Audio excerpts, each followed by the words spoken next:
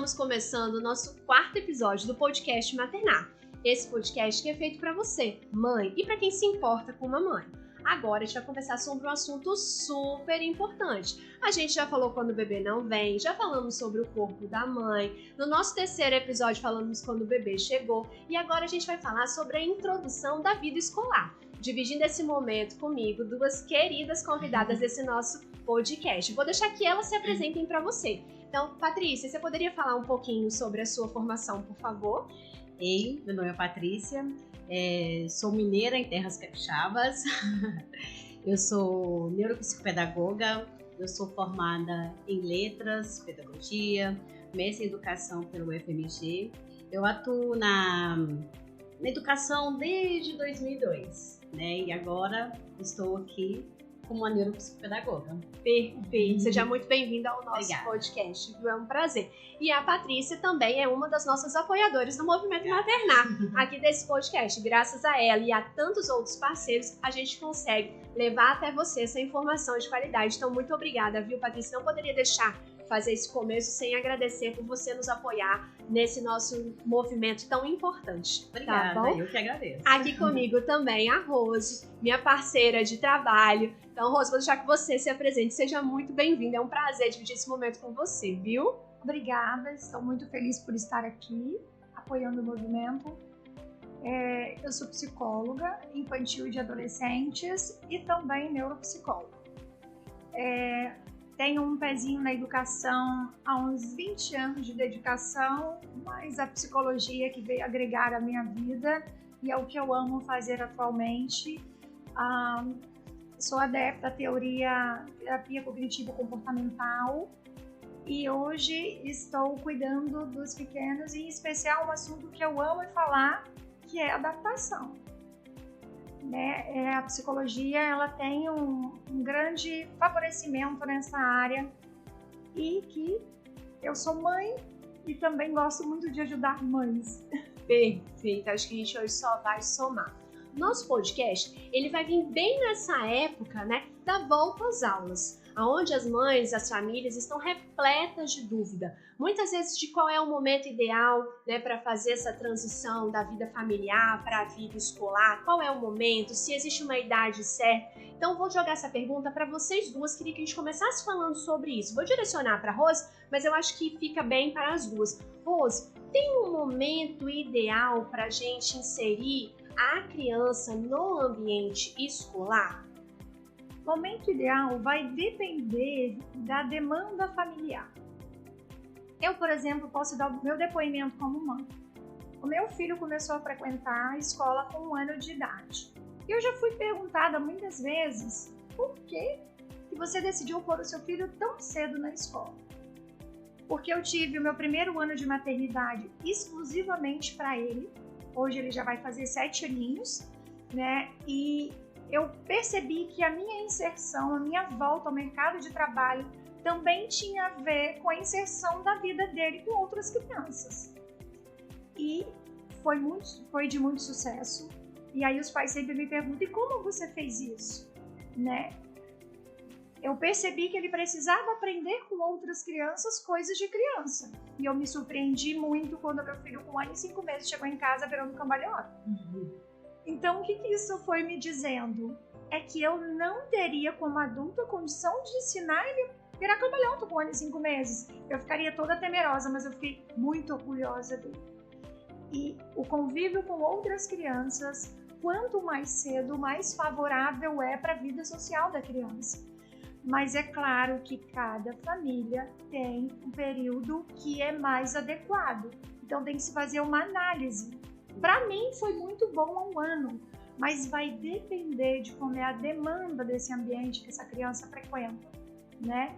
Então cabe a cada caso analisar.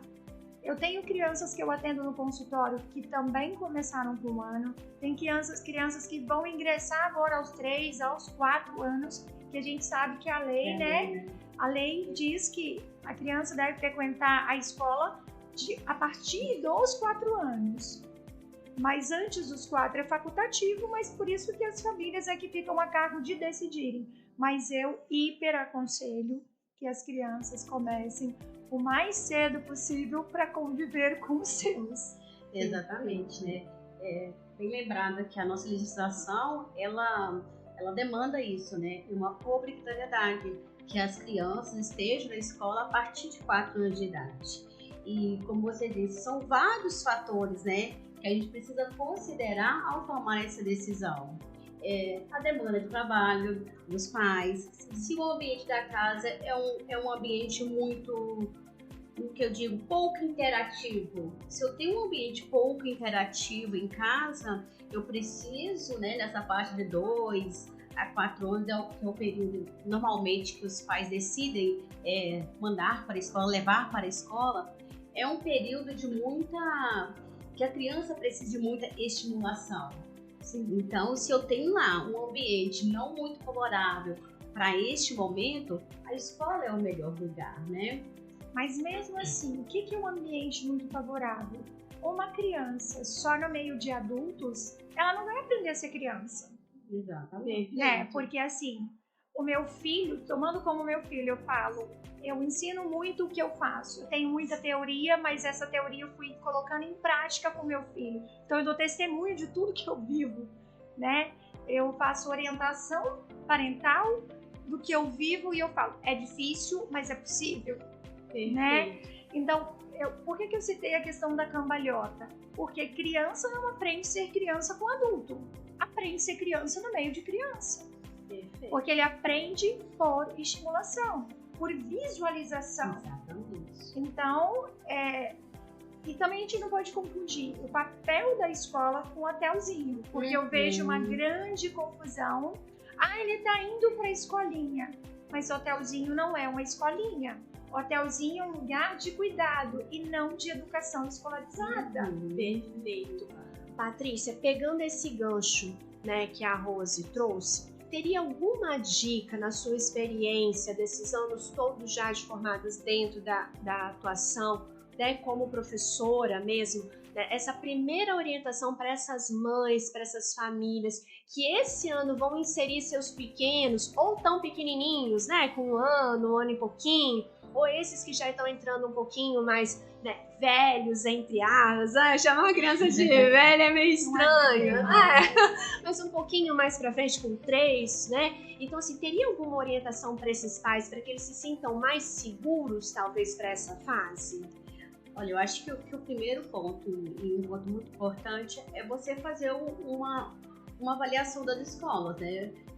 Fazer uma visita à escola, conhecer o ambiente em que você vai colocar o seu filho, conversar com a coordenação pedagógica, com os gestores, ver como é que funciona a dinâmica da escola para aquela faixa etária. Eu acho isso super importante, sabe? E acredito também que inserir a criança neste momento também é muito importante. A gente está falando aqui de um podcast maternal e a gente traz muito das nossas experiências enquanto mãe, né? Eu lembro que quando eu fui colocar o meu primeiro filho, hoje tem 4 anos, né? Ele foi pra escolinha com 2. Eu comecei a falar com ele sobre a escola. Eu comecei a morar perto da escola, eu comecei a passear com ele perto da escola. Todos os dias à tarde, quando possível, eu caminhava com ele e falava, olha, aqui é a escolinha, você vai estudar aqui, olha que lugar legal. Então, são atitudes assim, que a gente pode estar inserindo, conversando com a criança de forma despretensiosa, mas com muita objetividade, sobre essa nova rotina, esse novo contexto. Perfeito. Na verdade, eu vou nomear tudo isso como um preparo emocional. Olha. E o que seria esse preparo emocional? É colocar a criança para interação do que vai acontecer na vida dela. O que vai acontecer? O que tem nesse ambiente?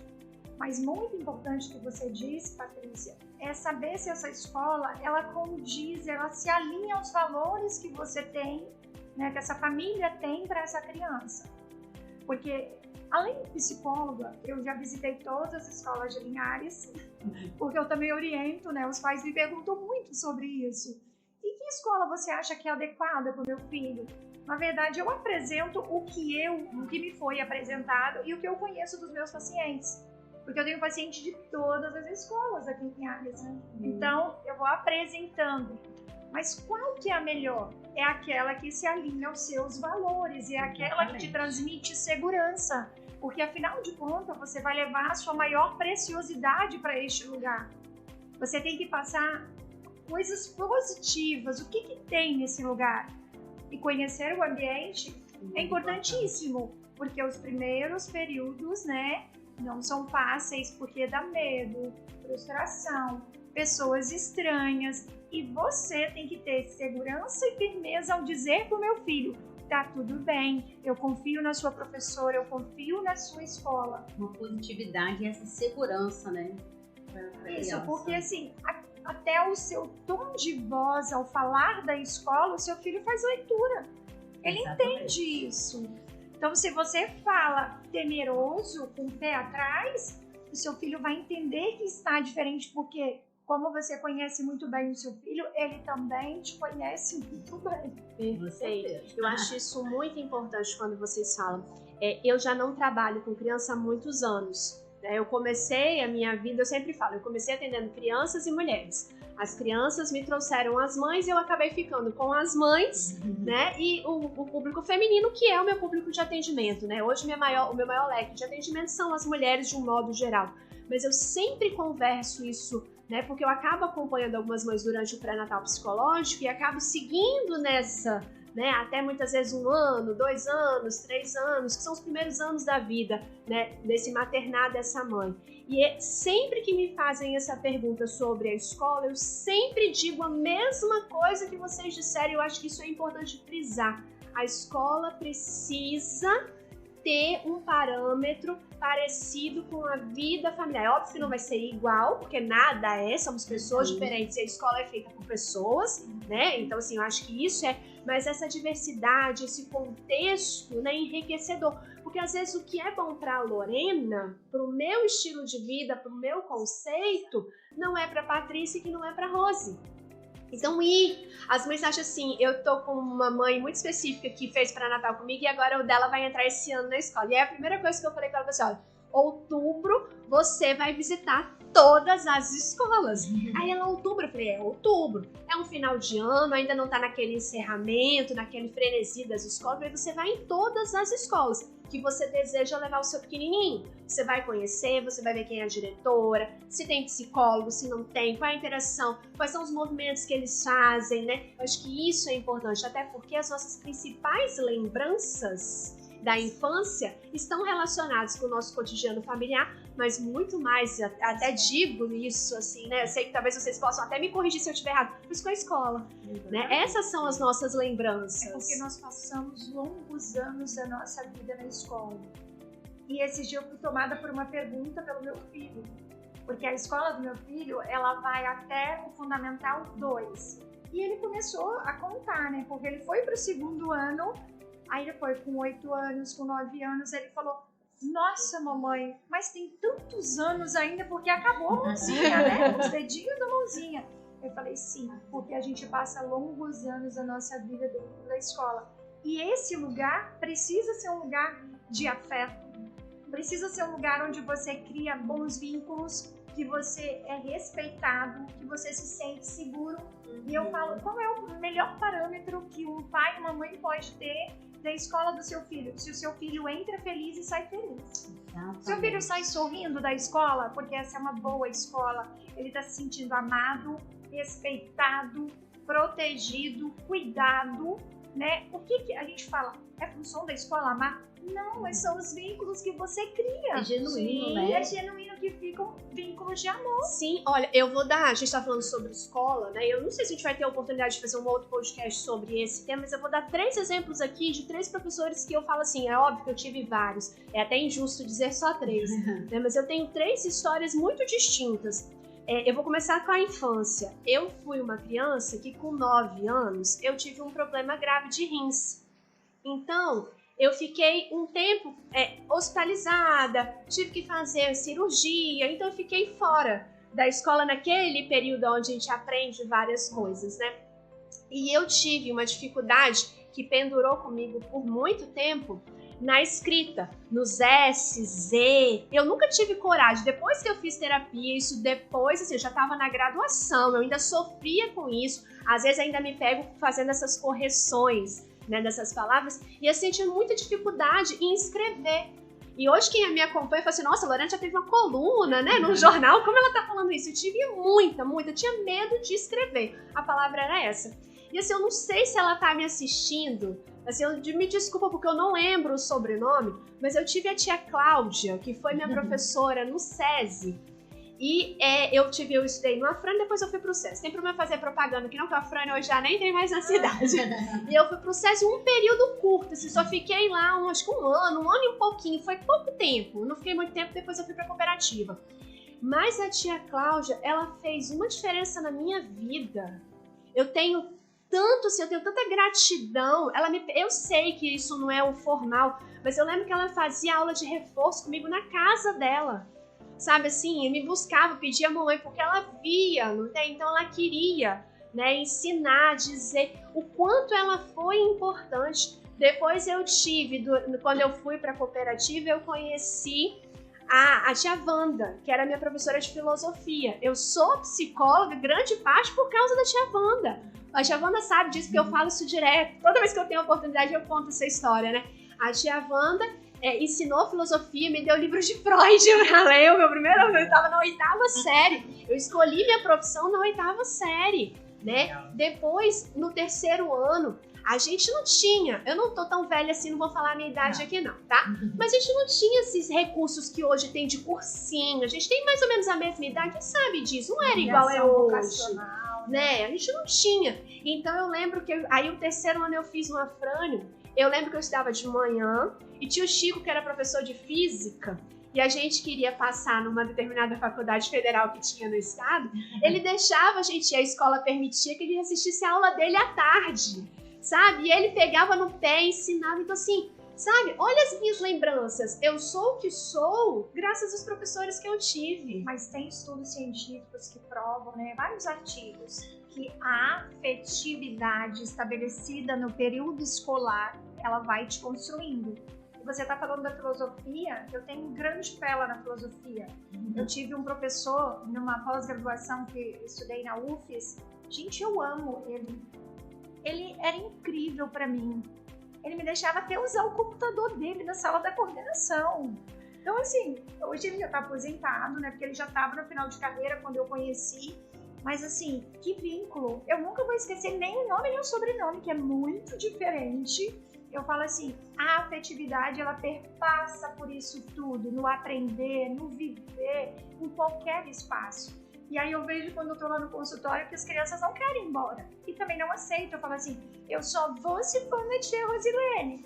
Vínculo. Exato. É disso que a gente tá falando. É sentar e brincar genuíno, mas para eles é um brincar. Para mim é uma ludoterapia. Perfeito. É uma psicoterapia. E o professor, a escola que consegue transmitir isso, tem a criança como um lugar muito bom. Eu vejo o meu filho, ele tá se aguentando. Mãe, que dia que mesmo vai começar minhas aulas? Isso é legal. E aí, falando em volta às aulas, pra gente seguir, né, no nosso podcast, não a gente vai ficar aqui contando história, mas o nosso podcast também é de história. Exatamente. Patrícia, como organizar a rotina das crianças para essa volta às aulas? Tem uma dica? Tem uma maneira mais fácil de fazer essa organização para que isso fique mais simples para a família? Olha, eu acho que agora a gente vai entrar num período bom para iniciar, né?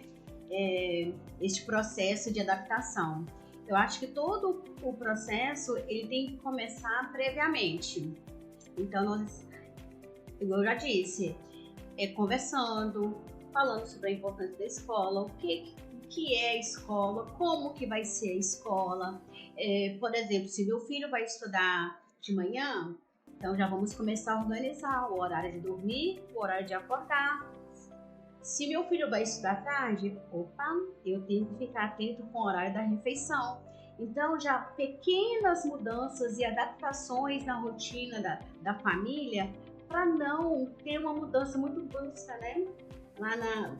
Quando chegar no período das aulas. Então, começar a adaptar a rotina, conversar, validar as emoções, que eu acho que é muito importante, porque as crianças, geralmente 2, né? 1, 2, 3 anos, é um ambiente totalmente novo, isso tem segurança. Então, como a Rose disse, passar a segurança para os filhos e já conversando com ele e adaptando a rotina da família a essa nova rotina escolar. Eu acho que este é o caminho, acho que ele já pode começar por aí. Perfeito. Uma das coisas que eu vejo muito nos atendimentos, o que pesa? Uma rotina saudável de sono. Porque a gente sabe que o sono para as crianças, especificamente que estão em fase de neurodesenvolvimento, elas têm hora para dormir.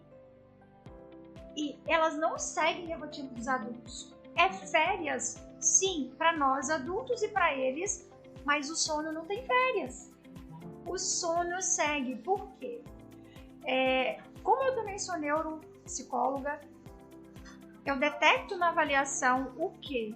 Crianças que dormem mal e estão apresentando transtorno do neurodesenvolvimento que talvez mais tardiamente viriam a aparecer, mas estão aparecendo agora aos 3 anos. Por quê? Rotina do sono inadequada. Criança de 3 anos não dorme 10, 11 horas à noite. Né? E até meus pacientes falam, às vezes eles me mandam mensagem à noite e falam, eu já sei que você está dormindo. E por que eu estou dormindo cedo? Porque eu tenho um filho pequeno. Ele está nessa fase do neurodesenvolvimento. Eu escolhi ter ele, mas eu preciso adaptar a minha vida a ele. Não que eu tenha que dormir cedo, claro que não. Mas eu acho que essa rotina para mim também é melhor. Então, o que eu fiz? Criança não consegue mudar a rotina. Não consegue adaptar nada. Quem é que consegue? Nós pais. E essa rotina ela é favorável. O sono é uma das coisas primordial. E aí tem uma coisa muito importante, é que a gente tem que observar o período em que o nosso filho é mais ativo. Exatamente. Se o meu filho é matutino ou vespertino, eu preciso escolher o horário escolar de acordo com o meu filho e não comigo. Porque eu sou adulta e posso me adaptar. E a minha criança, ela não sabe dizer, mãe, eu funciono melhor à tarde. Mãe, não, é de manhã. E o que você vai fazer diante disso? Se o seu filho dorme no horário que é aproximadamente até 9 horas e ele acorda sozinho antes das 7, ótimo! O horário matutino é o ideal para o seu filho. Mas se o seu filho for como o meu, que dorme 8h30 e acorda até 8h30 do outro dia, o seu filho é vespertino. Então, você precisa matricular na escola no horário vespertino, porque é a maior produtividade dele. Perfeito. Acho que essa dica é muito importante. Vocês falaram muito sobre as emoções, validar as emoções.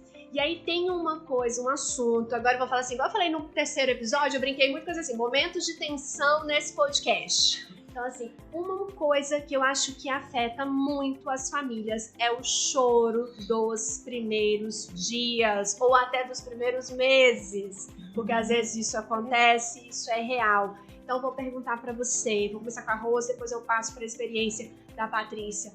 Rose, enquanto psicóloga ou enquanto mãe, como lidar com esse choro? Bom, no primeiro momento, nós mães também choramos ao deixar o filho na escola. Então a gente vai ter que ter muita paciência conosco, porque essa separação dói para ambos. Na verdade, para o meu filho doeu mais para mim do que para ele, porque eu saí chorando e ele... Tchau, mamãe. Eu não sei se eu fiquei triste ou fiquei decepcionada, assim, eu alegre porque ele ficou bem. Na verdade, com a preparação que eu fiz, com as dicas, né, que já foram ditas aqui, né, de conhecer a escola antes, de preparar ele para a escola com os 2 meses de antecedência, ele ficou muito bem. Mas eu, meu Deus, é o meu filho, será que vão cuidar bem? Aquelas interrogações de mãe, né? Mas muitos casos, a maioria delas, 90% choram, as menores, né? Por quê? muitas das vezes é a primeira separação que eles vão ter mais delongada, apesar deles não entenderem de tempo. Mas a gente acha que eles entendem, né? Não, quem entende somos nós. E assim, ter muita calma, paciência e acolhimento. Porque assim, a sua criança não está chorando porque você está deixando, basicamente, mas porque tudo é novo. Tudo é diferente, né? Um professor diferente, uma pessoa estranha, ele tem medo, ele é inseguro. Até nós, tudo que fazemos de primeira vez, a gente tem medo. Só que como a gente é adulto, já está adaptado, né, a entender novas situações, a gente não fica chorando mais, a gente fica ansioso, batimento cardíaco acelera, sudorese, essas coisas. A criança não, ela faz o que é primitivo, choro.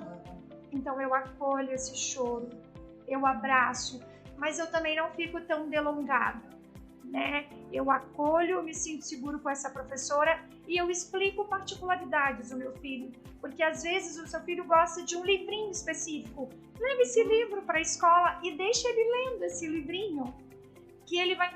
Ah, isso eu conheço, isso eu tenho familiaridade. Tem um cheirinho que gosta, leve esse cheirinho para a escola.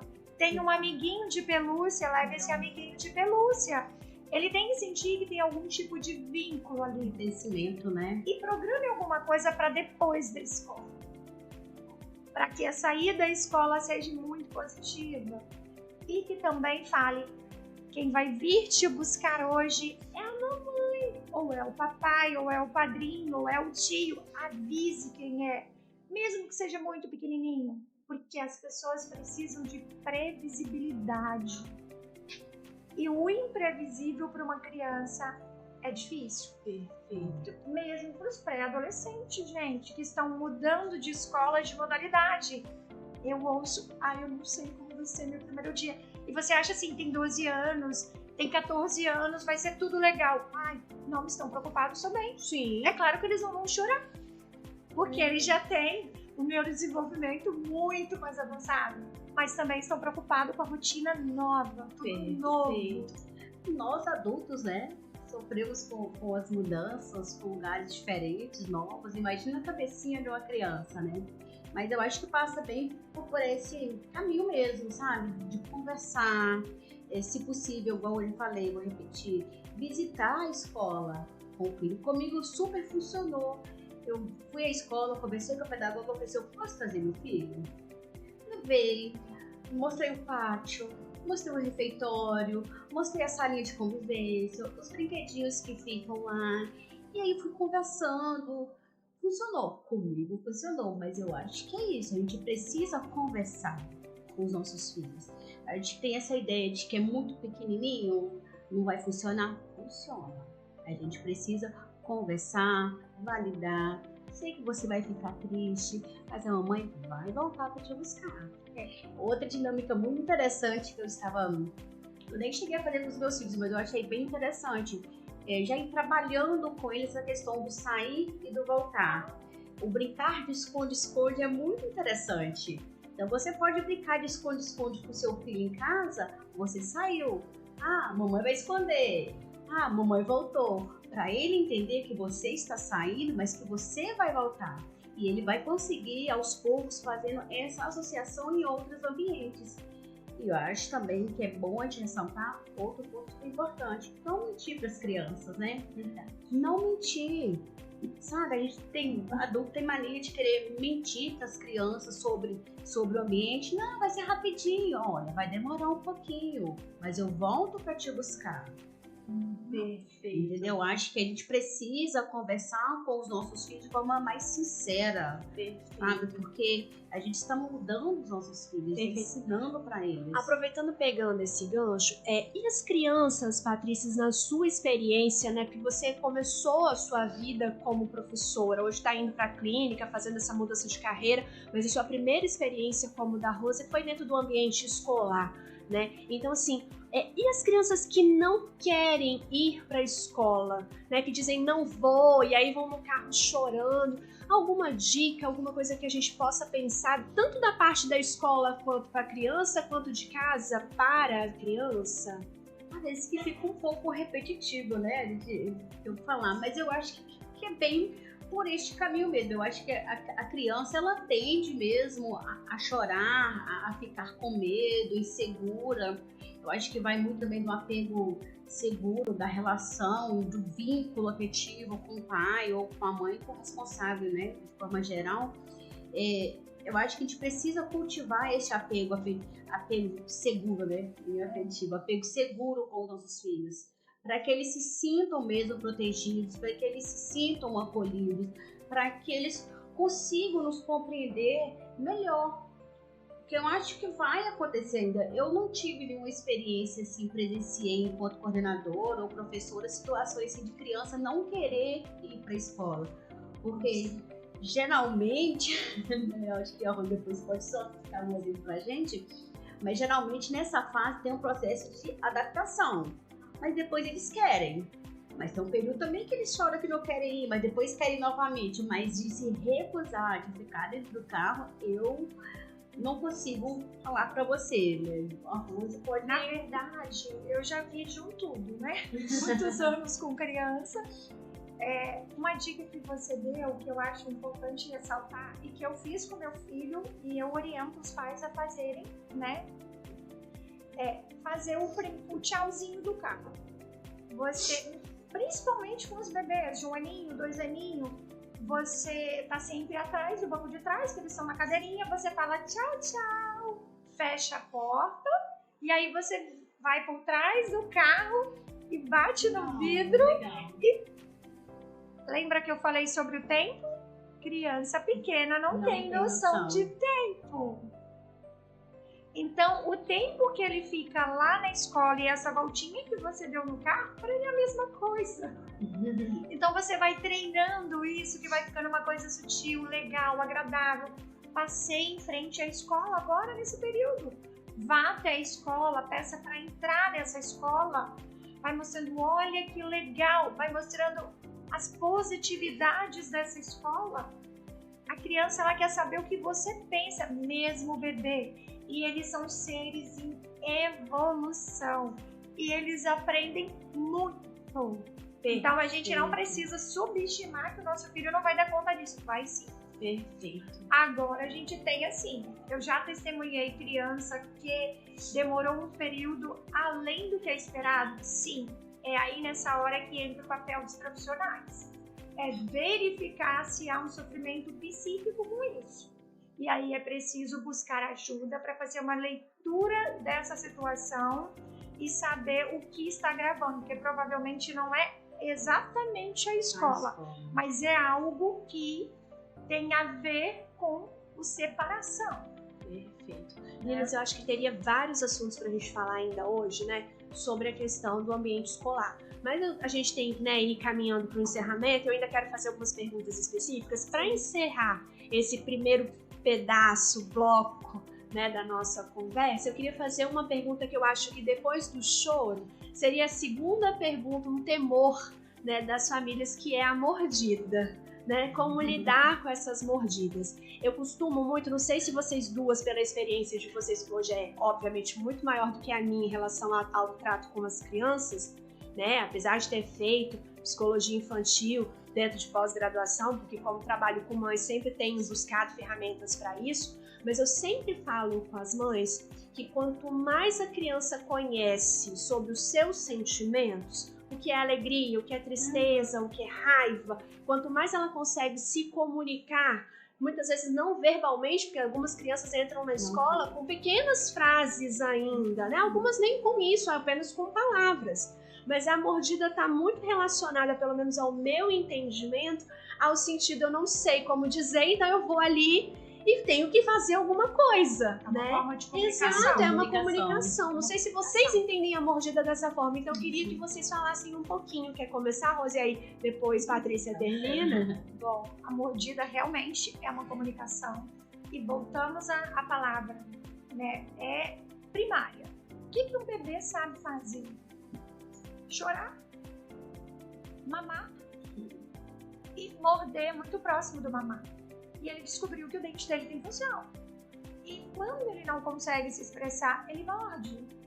E aí, o que essa mãe faz? Né? Porque, assim, é constrangedor, principalmente se a mãe estiver na frente da criança que foi mordida e aí o filho dela tá chorando, da outra mãe também, o que fazer? Na verdade, é manter a calma. O seu filho não é perverso e malvado porque morde ninguém. Ele não quis machucar outra criança. Não quis machucar, não é essa a intenção. Ele está comunicando algo e precisa fazer uma leitura dessa comunicação. O que ele quis dizer com isso? Né? Consola outra criança, consola sua criança e depois você, mesmo que seja pequenininho, você vai explicar que a mordida não é usada para conversar e que não é legal morder, né? E que você tá ali para ajudar, né? E assim, e aí eu fiz uma palestra na escola que o pai disse assim: eu também mordi o meu filho para saber se era legal. E aí eu falei, ai, me deu um aperto no coração, né? Aí eu falei, ai meu Deus, e agora ele vai achar que resolve as coisas mordendo. Por quê? Bebês e crianças são esponjinha. Tudo que é oferecido e ensinado, eles aprendem. Então a gente não devolve mordida com mordida. A gente devolve explicando, acolhendo. O seu filho está tentando dizer algo. E aí eu volto a dizer, para que a gente, quando a gente vai buscar um profissional? Quando a gente tem coisas que a gente não tem resposta como pai e mãe no conhecimento dos nossos filhos. Né? Porque às vezes eu falo assim, eu brinco muito com os pais, eu sou advogada de criança e tradutora. Como assim? Eu traduzo através de leitura de comportamento o que a criança quer dizer. Aí você, entendi. Então, quando seu filho fez isso e isso, é por causa disso e disso e disso. Porque aí você vai conhecer o ambiente dessa família, né? Através da fala com os pais. E aí você vai entender o que está gerando aquela mordida. Então, tudo se tem uma explicação. Mas que você tem que achar bonitinho ou punir seu filho por isso? Não. Perfeito. É diferente, né? Não é para ser permissivo, é só dizendo que é um comportamento normal nessa fase. Entendeu? Faz parte do desenvolvimento da infância. Sim. Então, a criança, ela não morde porque ela quer machucar o coleguinha. Ela não tem essa noção do machucar o coleguinha. Ela morde para que uma demanda dela seja atendida. Porque ela quer brincar, porque ela quer atenção, porque ela está se sentindo em perigo, ameaçada.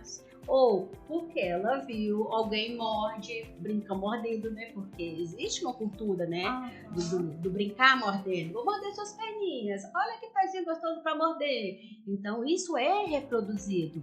Mas a criança, diferente de nós adultos, eles não conseguem, como eu posso dizer, calcular a força de uma mordida.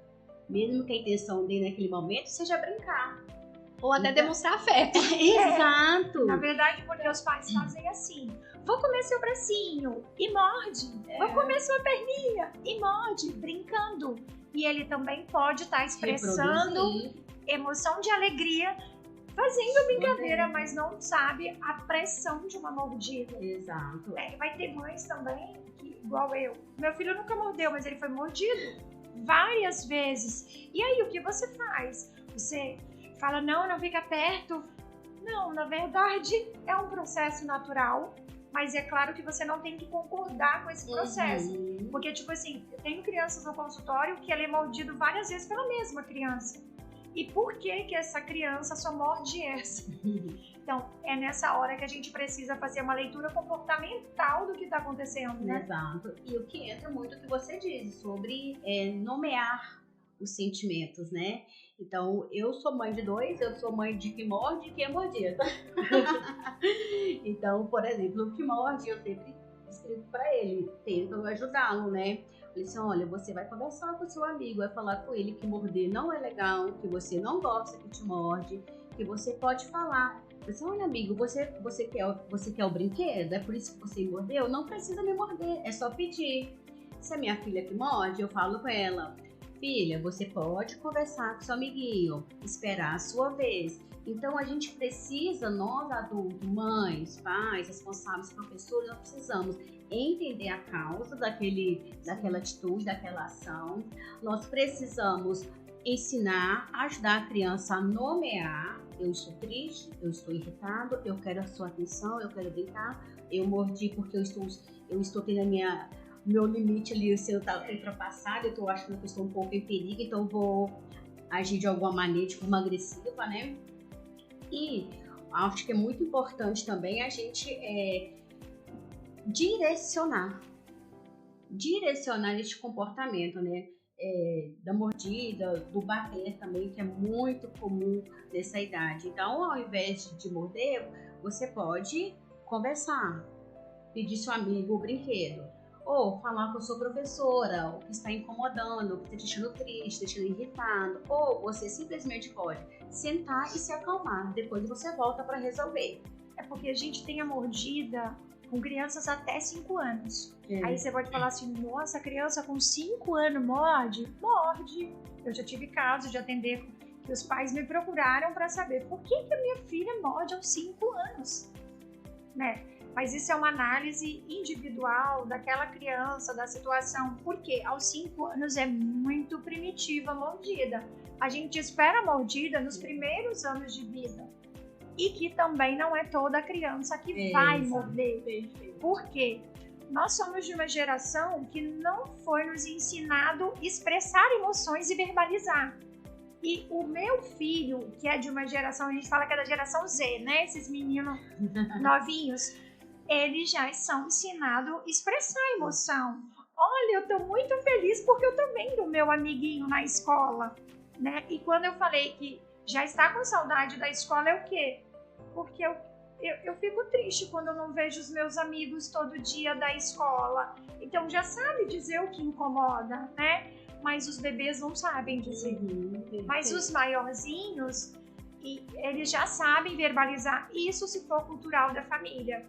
E o que a gente precisa sempre frisar? Que é importante os pais acolherem e ensinar as crianças a falarem o que elas sentem. Mesmo que seja raiva, mesmo que seja quando você diz para ela, acabou o horário da TV. Mãe, eu tô com raiva de você. Tá tudo bem. Tá tudo bem. Então, assim, a gente precisa ter uma cultura de ajudar as crianças a se expressarem. Porque aí a gente também está ensinando educação emocional para essa criança. Perfeito. Meninas, eu sei que o papo iria longe, mas eu quero fazer uma última pergunta para cada um, para a gente encerrar o nosso podcast de hoje. Vou fazer essa última pergunta para Rose, depois vou fazer ela também para Patrícia. Rose, para a mãe que está em casa e tem dúvida, quando eu procuro um psicólogo infantil e se tem uma idade mínima para levar uma criança a um psicólogo? Sim, na verdade, a idade mínima... eu começo a atender desde muito cedo, porque eu fiz vários cursos e entendendo que quanto mais cedo se previne ou se entende essa criança, melhor para a criança. Então, a partir dos 2 anos é feita a psicoterapia pais-bebês. Como assim? Os pais, eles estão presentes dentro do ambiente da psicoterapia, que é feito com brinquedos. E nesse juntar, você ensina aos pais como lidar com o comportamento das crianças. E aí eu percebo assim, os pais falam, nossa, mas bagunçou tudo. Faz parte do atendimento de criança. Um bebê não sabe guardar brinquedo. E tá tudo bem, ele tem um período. E que aí a gente vai considerar. Eu quero dar uma dica importante. Leiam no cartão de vacina dos seus filhos quais são os marcos do neurodesenvolvimento da sua criança para cada idade, para você saber o que esperar da sua criança, né? E aí você orienta esses pais, como eu disse no início, criança não muda ambiente, mas são os pais os encarregados de mudar esse ambiente. Já a partir dos 4, 5 anos, você já atende essa criança sozinha. Por quê? Através do brincar, você vai ensinando novos comportamentos, né? Então, e aí você vai começando a verificar, né, se essa criança está dentro do que é esperado para a fase do neurodesenvolvimento dela ou se ela está aquém ou além. E aí eu estava falando agora no início, né? E aí você já vê os indicativos de se essa criança está dentro do esperado ou se ela precisa ser neuroavaliada. Porque quanto antes você faz uma neuroavaliação quando se está fora do que é esperado para ela, não para mim, psicóloga, não para você que é mãe, mas para o neurodesenvolvimento dela, porque a gente tem uma base do que a gente espera dessa criança, né? Então você vai podendo ajudar melhor esta criança e de uma forma preventiva. Não sei lidar com o comportamento do meu filho, eu não estou entendendo, ele mudou de comportamento, ele não era assim. Vai buscar saber o que está acontecendo, né? Não se esgote, não perca a sua paciência, não vai para vias de fato que é o bater, porque é cultural bater, mas o bater, eles são esponjinhas, eles também aprendem a revidar. E aí de onde veio esse comportamento, né? Ele é aprendido. E não queiramos ser nós pais que ensinamos esse comportamento para os nossos filhos, né? Perfeito. Então fica a dica aí. Perfeito, Rose. Patrícia, eu sei que eu te coloquei hoje, né, aqui, convidei você a participar desse podcast, acabando falando sobre a volta ao retorno às aulas para aqueles que já estudam, para aqueles que estão começando, né, esse início, mas eu sei que a sua área é muito mais vasta, né, eu sei que você trabalha com outros assuntos também, outros campos, então quando procurar um profissional da sua área, você poderia deixar essa dica também, essa informação para essas mães que têm essa dúvida? Sim, lógico. Só fazendo uma adenda aqui, a Rose falou sobre os primeiros, né, indícios de procurar ajuda. A escola é um ambiente que ajuda muito a família a identificar, né, o momento, né, de ajuda. Então, o ambiente escola é um ambiente muito rico. Muito rico. Então, a escola, ela tem um papel muito importante deste... Como que eu posso dizer? Me ajuda, Rose? Esse período de vida, né? Porque a criança passa metade do dia dela dentro da escola. Então, a escola, ela pode dizer muito de uma criança. Até mais, às vezes, que a família, porque ela está em grupo. E nem sempre o comportamento de uma criança em casa com adultos é igual na escola. Às vezes passa despercebido, né? O pai não percebe, não consegue ter este parâmetro, né? Na escola vai ter este parâmetro. É muito importante a escola. Bom, a neuropsicopedagogia é uma ciência nova aqui no Brasil, né? Recente, né? Bebê ainda, 2008, começou os primeiros movimentos, né? Eu acho que Santa Catarina, se estiver errado, salvo engano. Ela é uma ciência transdisciplinar, né? Quando eu falo de ciência transdisciplinar, eu falo aqui de diversas abordagens, né? Que integram vários conhecimentos de diferentes áreas. No caso da neuropsicopedagogia, a gente fala aqui da pedagogia, da neurociência aplicada à educação, da psicologia cognitiva, tudo na busca ali do desenvolvimento, do processo de ensino-aprendizagem, da reabilitação, da potencialização dos processos cognitivos, das funções executivas, que entra aí memória, atenção, concentração, transtorno de aprendizagem, né?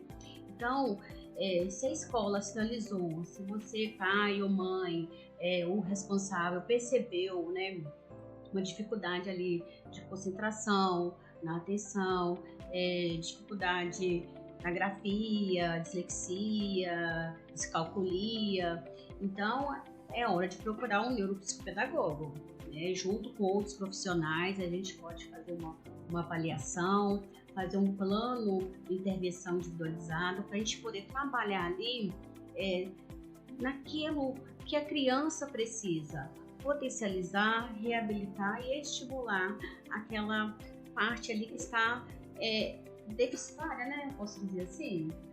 Ou um pouco prejudicada, precisa desenvolver. Habilidade a quem? Ou além, né? Ou além. Porque hoje a gente tem as altas habilidades. Então a gente não pode esquecer desse público que precisa muito de intervenção. Porque saber tem conhecimento teórico, mas e de vida. Como lidar uma criança aos 4 anos que fala como um adulto? Né? Precisa melhorar essa ambientação com os pares da própria idade. Então a gente tem um público de uma inteligência muito além, que a gente fala, o que é além? É além dos marcos do neurodesenvolvimento. Né? Tá muito. Então, mas também tem aqueles que são que precisam de ajuda, que precisam de estimulação para chegar dentro do que é esperado para a própria idade. Perfeito. Seria o reabilitar e o potencializar. Perfeito. Meninas, eu acho que a gente teria, obviamente, vários assuntos. Tenho certeza que a gente vai ter oportunidade para conversar sobre todos esses outros que vocês trouxeram aqui, mas desde já queria agradecer. Então, Patrícia, muito obrigada. Tá? Eu sei que você é nova na cidade, mas está aqui abraçando, como eu disse no início, o movimento Maternar, né, confiando no nosso trabalho, potencializando, ajudando a gente a levar essa informação de qualidade através do podcast pra gente. Sei que a clínica agora também está surgindo, né, nos próximos semanas agora a gente já está começando, né, essa introdução no mercado. Então, obrigada por ter vindo, viu? Fico muito feliz em ter você aqui. Espero que só tenha sucesso daqui pra frente. Estou muito feliz. Já tinha falado anteriormente, o Maternar é um movimento lindo, né? Um movimento gigante, e aí é uma honra participar. Muito obrigada mesmo. Rose, obrigada por mais uma vez dividir esse momento comigo.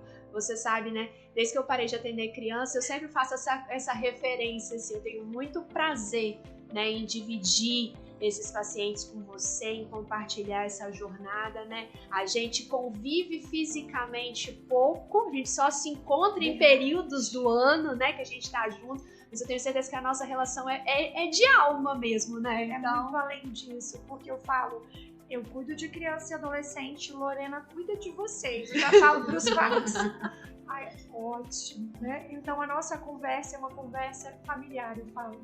Porque a gente fala de uma família saudável para criar filho saudável, né? E nós estamos unidos por essa causa.